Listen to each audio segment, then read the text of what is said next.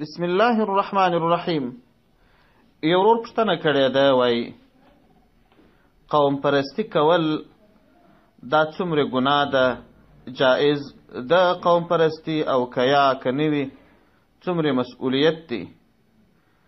د دغه ورور د پوښتنې په جواب کې باید ووایم چې یو قوم پرستی ده، یو صله رحمي ده، او یو قوم پرستی ده، یو د مظلوم مرسته ده، د ظالم په مقابل کې درېدل دي.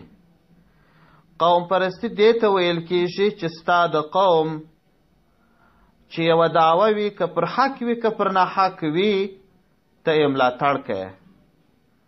څوک چې ستا د قوم سره تعلق لري د هغه تاییدي کوې، او څوک چې ستا د قوم سره تعلق نه لري هغه که ستا د قوم په خلاف راسي ته یې رد کوې.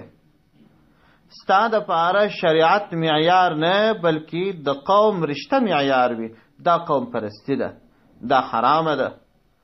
او یو د مظلوم ننګ او مرسته ده. داسې نه که چیرې ستا په قوم کې یو سړی مظلوم و، چا تر پښو لاندې کوي، ستا په وسه وه چې دا مظلوم خلاص کې، ته وایه زه دا مظلوم د دې ظالم څه نه خلاصوم، دا بیا قوم پرستی راځي. نه نه، داسې نه ده.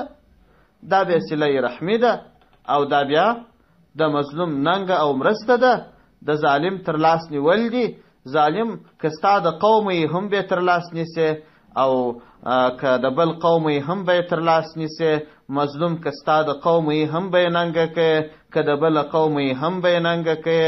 نو قوم پرستی که په دې معنا وي چې د قوم اتباع، ملاتړ، تایید، که روا که ناروا وي، که د شریعت مخالف وي که نامخالف وي، دا قوم پرستی ده. او که د قوم تاییدي یوازې په دیني امورو، مشروعه امورو کې د هغو تایید وکړي، دا قوم پرستی نه ده. خو که څوک قوم پرستی کوي دا بد عمل دی. پیغمبر صلی الله علیه وسلم فرمایي لیس منا من دعا الى عصبیه وليس منا من قاتل على عصبية وليس منا من مات على عصبية.